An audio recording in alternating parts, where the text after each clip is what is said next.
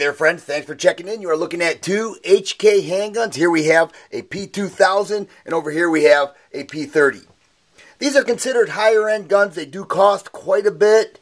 The P2000 MSRP is $1,000, and MSRP on the P30 is $1,100. So there we have a $100 difference right off the bat on MSRP. Used value, right around $700 for a P2000, right around $8 and a quarter for a P30. Of course, all this will depend on the condition of the firearm. Both of these guns are mine. I have owned the P2000 longer, but I've got some good range time behind the P30, and I've really fallen in love with this gun as well. So both of these are definitely quality guns. They're both high-end guns for good reason. A lot of people love their HKs. I understand why. But there are some differences between these two models, and we're going to check those out today. Before we go any further, let me just say that this P2000 is a 9mm, and the P30 that we're showing is a 40 Smith & Wesson. Does that matter for the comparison? Not at all. Both of these also offer models in various calibers. Here we have two Variant 3 handguns. HK has Variant 1, 2, and 3. The Variant 3 is the double action, single action pull on the triggers. Here you have a double action of 12 pounds, single action of 4 pounds. That's the same. Both of these are very similar internally, and both are excellent shooters, very accurate. We take a look at the triggers. They are identical. The trigger guard's identical. So those are some similarities. The P30 definitely has more texturing on the grip, does have finger grooves, and does have interchangeable grip panels. These are interchangeable. So you can fatten up this grip, you can make it skinny, all depends on what you choose. There are 3 different types. Also 3 different back straps as well.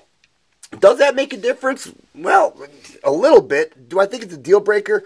I don't, because the P2000 does have interchangeable back straps as well. Does have some texturing in the front and rear of the grip. Some people like the smoother side of the grip for inside the waistband carry, doesn't rub up against the body.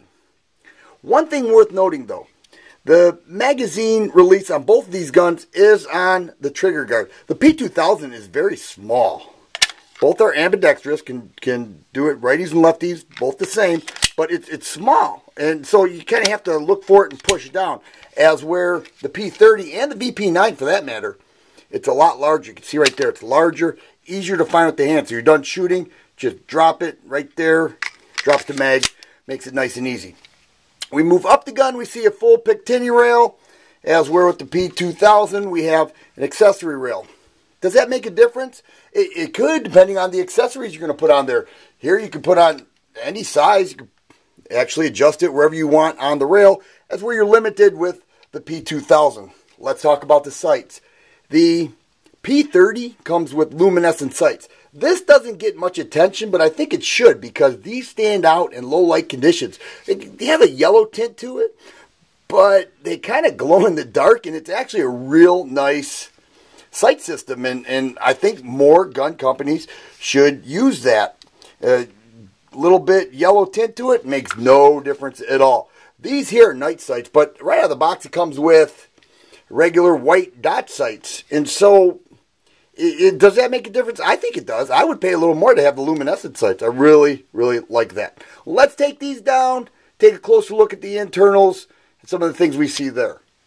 Looking at the slides, not a lot to talk about here. They're both very similar. No great big differences. The HK handguns do have this buffer here that goes around the recoil spring and the guide rod. They fit loose on there. You may also notice that this indentation here is where the slide stop pin is inserted through the frame, and this one is right there. It keeps the whole gun, the upper and the lower, extremely tight together. It's definitely a good feature, and it's the same on both models.